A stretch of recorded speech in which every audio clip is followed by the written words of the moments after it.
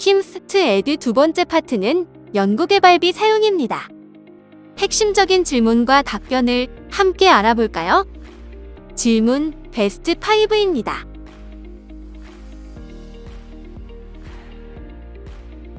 첫 번째 질문입니다. 참여연구원이 출장 중 렌터카를 사용할 수 있나요?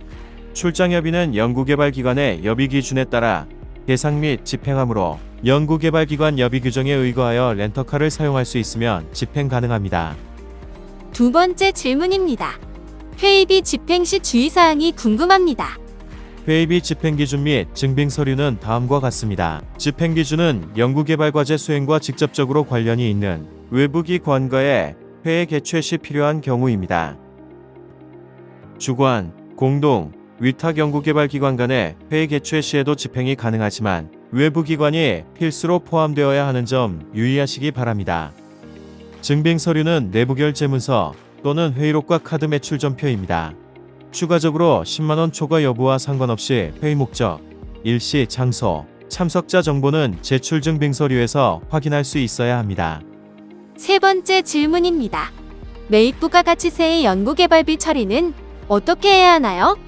매입부가가치세 환급이 가능한 연구개발기관은 매입부가가치세를 연구개발비에서 집행할 수 없습니다. 단, RCMS에서 매입부가가치세를 포함하여 연구개발비를 집행한 경우 이체 즉시 해당 부가가치세를 환원 처리해야 합니다. 매입부가가치세를 환원하지 않을 경우 정산시 불인정되므로 유의하시기 바랍니다. 네 번째 질문입니다. 연구개발과제의 간접비를 직접비로 변경하여 사용 가능한가요? 간접비의 감액은 연구개발기관이 협약 상대방에게 통보함으로써 변경할 수 있는 사항입니다. 단, 직접비로 변경하는 경우 연구수당 증액은 불가하며 국가연구개발사업 연구개발비 사용기준 제73조 사전 승인 대상에 해당하는 경우에는 중앙행정기관의 장애 사전 승인이 필요합니다. 마지막 질문입니다. 연구개발기관에서 사용 중인 연구시설을 현물로 등록하였습니다. RCMS 등록 시 필요 서류는 무엇인가요? 현물로 개상한 장비의 경우 RCMS상의 정산 증빙으로 국가연구개발사업 현물 부담 확인서를 제출하시기 바랍니다. 오늘 배우실 학습 내용은 첫째, 연구개발비 관리 및 사용. 둘째, 연구개발비 사전 승인입니다. 자, 먼저 연구개발비 사용 관련 규정을 확인해 볼까요? 국가연구개발혁신법과 시행령, 국가연구개발사업 연구개발비 사용기준, 그리고 해양수산연구개발사업 운영규정과 관리지침에서도 관련 규정을 확인할 수 있는데요. 혁신법과 시행령, 연구개발비 사용기준은 법제처 홈페이지에서 확인할 수 있으며 운영규정과 관리지침은 해양수산과학기술진흥원 홈페이지에서 확인 가능합니다. 관련 규정을 확인하였으니 이제 어떻게 연구개발비를 관리하고 사용하는지 알아볼까요? 연구개발과제 협약 시 연구개발계획서 내 연구개발비 사용계획과 비율을 준수하여 연구개발기관에서 자율적으로 사용이 가능합니다. 연구개발비 사용기간은 연구개발기간 내 사용이 원칙입니다. 다만 최종 보고서 인쇄 등 허용된 비용에 한해 사용 실적 보고 전까지 사용이 가능합니다. 또한 연구개발비는 연구비 통합 관리 시스템인 RCMS를 통해서 관리 및 사용이 이뤄지는 점 유의하시기 바랍니다. 연구개발비 공통 사용 기준을 확인해 봅시다. 연구개발비는 계상한 바에 따라 사용하고 사용을 입증할 증명자료를 구비하여야 합니다. 연구시설 장비비와 연구재료비를 사용하는 경우 자체 규정에 따라 구매 검수하여야 합니다. 연구개발기간 내 사용을 원칙으로 하고 있으나 연구개발기간 종료일 이후부터 연구개발비 사용실적 보고일까지 사용이 허용된 비용은 사용실적 보고일까지 사용 가능합니다. 연구개발비는 연구비 카드 또는 계좌이체 형태로 사용함을 원칙으로 하되 외국 물품의 수입에 따른 관세 납부, 연구비 카드 발급 전 연구개발비 사용 등의 특수한 경우에 한하여 지폐나 주화 사용이 가능합니다. 연구개발비 항목과 내용에 따라 연구개발비 사용 기한이 상이한데요. 소프트웨어 및 장비는 종료 2개월 전까지 도입 및 검수가 완료되어야 하며 연구재료는 종료 전까지 구매가 가능합니다. 연구개발기간 종료 후 사용할 수 있는 항목과 내용은 무엇이 있을까요? 의탁정산수수료와 최종평가를 위한 국내업이 최종보고서 인쇄비, 공공요금, 제세공과금, 연구수당 등이 있고 그 외 연구개발기간 내 원인 행위를 완료한 직접비가 있습니다. 참고로 의탁정산수수료는 단계 종료 후 3개월 이내까지 집행이 가능한데요. 사용실적 보고 시까지 사용이 가능한 점 참고 바랍니다. 연구개발비 사용 시 주의사항에 대해 알아봅시다. RCMS에 등록한 연구비 카드를 사용해야 하며 연구비 카드 사용이 불가능한 경우 RCMS를 통한 계좌이체로 사용 가능합니다. 연구비 카드 발급 이전에 연구비를 사용할 경우 기관 법인카드 및 계좌이체 형태로 사용 가능합니다. 또한 직접비는 과제 수행에 직접적인 관련이 있는 용도로만 사용해야 하는데요. 학회 활동비 등과 같이 과제 수행과 관련이 있는 경우더라도 이를 연구개발기관 전체 사용 목적으로 확대하여 사용하실 수는 없습니다. 혁신법에 따른 연구개발비 관리 및 사용 주요 변경사항에 대해 알아볼까요? 혁신법 이외에는 실제 환급 여부와 상관없이 환급받을 수 있는 부가가치세 등의 금액은 계상이 불가하게 되었습니다. 또한 연구개발기관의 내부거래 가능 여부에 대해서 명확한 근거를 제시하였으며 비영리기관의 경우 자체 규정에 따라 구매 및 검수 의무가 추가되었습니다. 또한 연구비 카드 발급 이전에 법인카드를 사용할 수 있는 근거가 마련되었습니다. 외부 전문 기술 활용비가 신설되어 직접비의 40% 이내까지 사용 가능하게 되었습니다. 소프트웨어 도입 기간도 변경되었는데요. 변경 전에는 과제 종료일까지 도입할 수 있었다면 변경 후에는 최종 종료 2개월 전까지 도입하되 긴급한 상황에서는 종료 1개월 전까지 도입할 수 있도록 변경되었습니다. 기술 도입비 현물 계상 한도는 실제 기술 도입 비용의 50% 이내로 책정이 가능하며 연구 근접 지원 인력의 경우 연구과제 수행과 직접적인 관련이 있는 경우에 한하여 연구활동비 지급이 가능해졌습니다. 연구개발비 사용에 대한 증명자료 정보가 필요하다면 RCMS 홈페이지 내 정보마당에 들어가신 후 비목 증빙 정보를 클릭하시면 항목별 필요 증명서류와 더불어 자계자 허용 기준까지 구체적인 정보를 확인하실 수 있으니 참고하시기 바랍니다.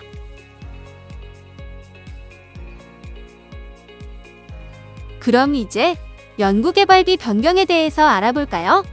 연구개발비는 연구 진행에 따라 부득이한 경우 협약 당시 계획에서 변경하여 사용이 가능합니다. 변경에는 두 가지 방법으로 구분되는데요. 첫 번째로 사전 승인, 두 번째로 통보사항이 있습니다. 연구개발비 사전 승인에 대해 알아봅시다. 사전 승인은 연구개발기관이 킴스트로 사전 승인을 요청하는 방법입니다. 사전 승인 사항으로는 단계별 연구개발 금액 총액 변경, 연도별 정부 지원 또는 기관 부담 연구개발비 변경, 연구시설 장비비 사용계획 변경, 다음 단계로 직접 비월이 있습니다. 연구수당 잔액은 다음 단계로 2월이 불가한 점 참고해 주시기 바랍니다. 또한 의탁 연구개발비를 원래 계획보다 20% 증액하는 경우 단계별 간접비 총액 증액, 연구 책임자가 인용 또는 취업 시 인건비를 직접비로 전용하는 경우 간접비 증액, 연구수당 증액, 영리기관의 경우 현금 계산 인건비 변경 등이 있습니다. 연구개발비 통보사항에 대해 알아봅시다. 경미한 협약의 변경은 실무상 통보사항인데요. 직접비 세목한 변경은 연구개발기관에서 자체적으로 변경이 가능합니다. 경미한 협약 변경의 경우 통보의 방식은 변경사항에 대한 사실을 간략하게 담은 공문 등을 통해 킴스트에 알리고 별도의 승인을 받지 않아도 통보로 협약 변경을 가름합니다. 경미한 협약 변경 사항은 통합정보 시스템에 해당 변경 사항 정보를 등록하는 것만으로 상호 통보한 것으로 가름합니다. 먼저 공동 위탁연구개발기관에서 주관연구개발기관으로 연구개발비 사전 승인을 하면 주관연구개발기관이 킴스트로 연구개발비 사전 승인을 요청합니다. 그 후 킴스트는 요청사항을 검토하고 사전 승인과 관련하여 제출 서류 보완이 필요할 경우 주관연구개발기관에서는 보완 서류를 제출합니다. 마지막으로 킴스트가 주관연구개발기관으로 변경 승인 여부를 통보합니다. 자, 이제 연구개발비 자체 변경에 대한 프로세스를 확인해 봅시다. 먼저 경미한 협약 변경의 경우 연구개발기관 자체 승인이 필요한데요. 연구개발비 변경이 필요한 연구개발기관에서 내부 승인이 필요합니다. 그리고 주관연구개발기관에서 통합정보시스템상으로 변경 등록을 진행합니다.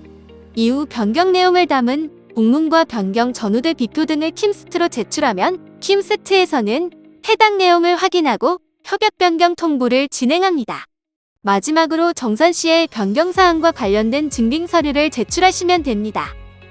협약 변경 통보사항에 대한 정산시 제출 서류는 내부 승인 공문과 변경 사유, 변경 전후, 비교대 비표 등의 변경 내용이 있습니다.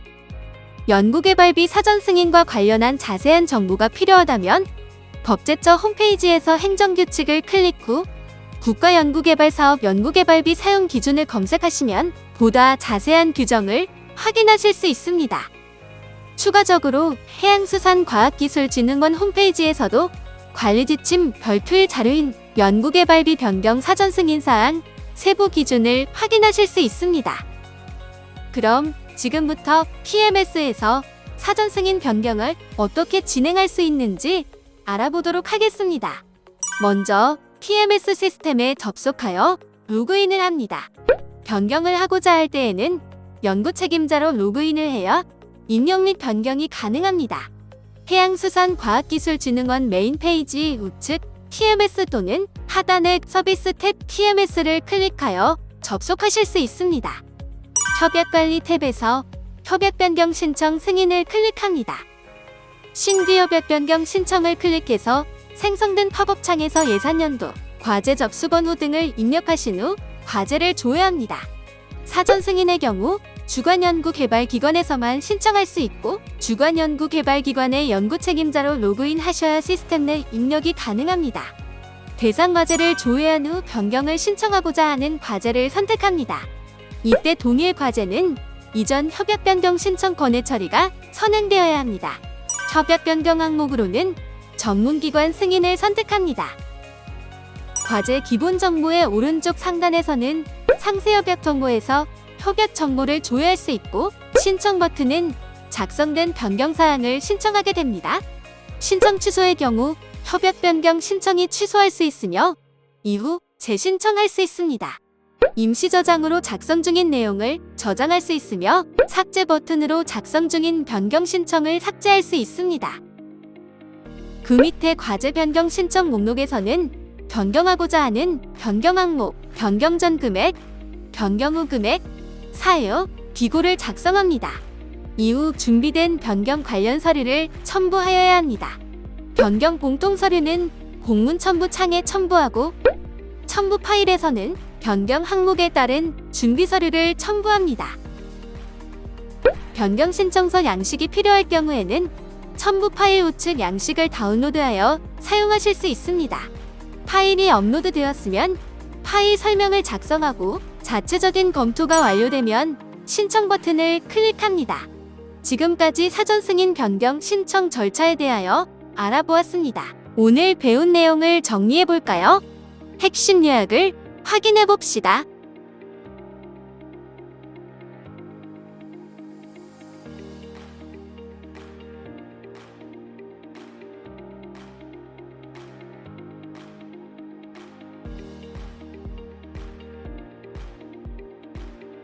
이번 시간에는 연구개발비 사용에 대해 알아보았습니다. 수고하셨습니다.